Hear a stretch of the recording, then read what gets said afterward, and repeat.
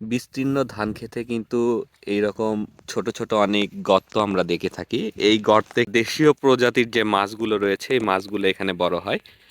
আর ছোটবেলায় কিন্তু আমরা এই ছোট মাছগুলো, দেশীয় মাছগুলো ধরার জন্য কিন্তু এই পানিতে নামতাম। তো সেই রকমই একটি দৃশ্য আপনাদেরকে এখন দেখাবো। যে এই দৃশ্যটি দেখে আমি থেমে গেলাম, গাড়ি থেকে নেমে আসলে তাদের সাথে কথা বলার জন্য এখানে আসলাম। ভাইয়া, মাছ পাইছো? দেখি কি মাছ পাইছো। এই যে দেখতে পাচ্ছেন মাছ পাইছে কিন্তু। কানসের বাচ্চা আছে নাকি?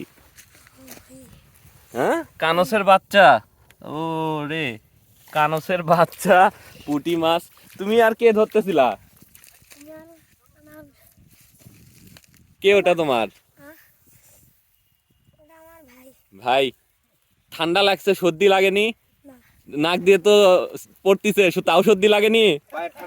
হ্যাঁ, এই ঠান্ডার ভিতরে তুমি যে এইভাবে পানি সেচতেছো, অসুস্থ হয়ে পড়বে না? অসুস্থ হবে না? না, কোন ক্লাসে পড়ো? তুই মা জানে, মা জানে।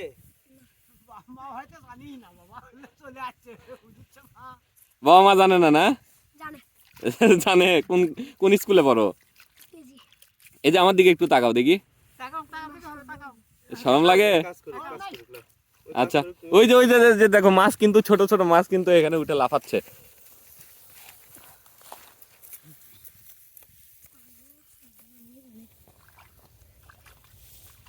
বিরক্ত হচ্ছে আসো।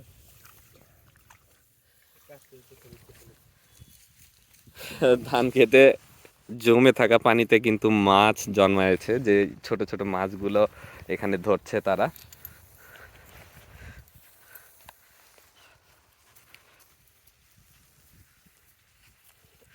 থাকো, ভালো থাকো, সর্দি লাগায় না এভাবে। তো দর্শক, ছোটবেলায় কিন্তু আমি এইভাবে একসময় মাছ ধরেছি, অনেক মাছ ধরেছি। সেই সময় এইরকম জমে থাকা পানিতে কিন্তু ছোট মাছ না, বড় বড় মাছই পাওয়া যেত। কিন্তু এখন মাছের পরিমাণ কমেছে, যে জন্য এই জমিতে এখন কিন্তু আর ওইভাবে মাছ পাওয়া যায় না। ভালো থাকবেন সবাই।